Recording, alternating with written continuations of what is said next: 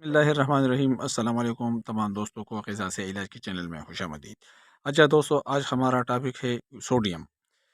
Sodium یہ سخت مادوں کو گول کر جسم سے باہر نکلتا ہے، گردوں اور جگر کی پتریوں اور جوڑوں میں سے یورک ایسڈ کو پگھلا کر خارج کرتا ہے، کھٹاس کو ہٹاتا ہے۔ اس لیے ڈاکٹر بدہضمی اور کٹی ڈکاروں میں سوڈا کھلاتے اور گردے، جگر اور جوڑوں کے دردوں میں سوڈیم کے مرکبات دیتے ہیں۔ یاد رکھیے 50% سے زیادہ بیماریاں جسم میں کھٹاس سے پیدا ہوتی ہے، اس لیے سوڈیم کا خون میں کافی مقدار میں ہونا نہایت ضروری ہے۔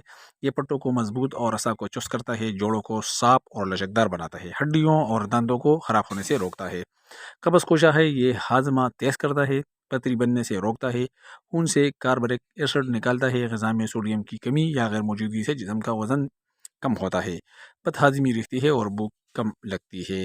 ان چیزوں میں بکثرت سوڈیم پائے جاتے ہیں، ان میں شامل ہے گاجر، کیرا، سیب، پالک، انجیر، میٹھا، آلو بخارا، چقندر، اسٹرابری، مولی، شلغم وغیرہ۔ اچھا دوستو، کل انشاءاللہ دوسرے ویڈیو کے ساتھ پھر حاضر ہوں گے۔ والسلام۔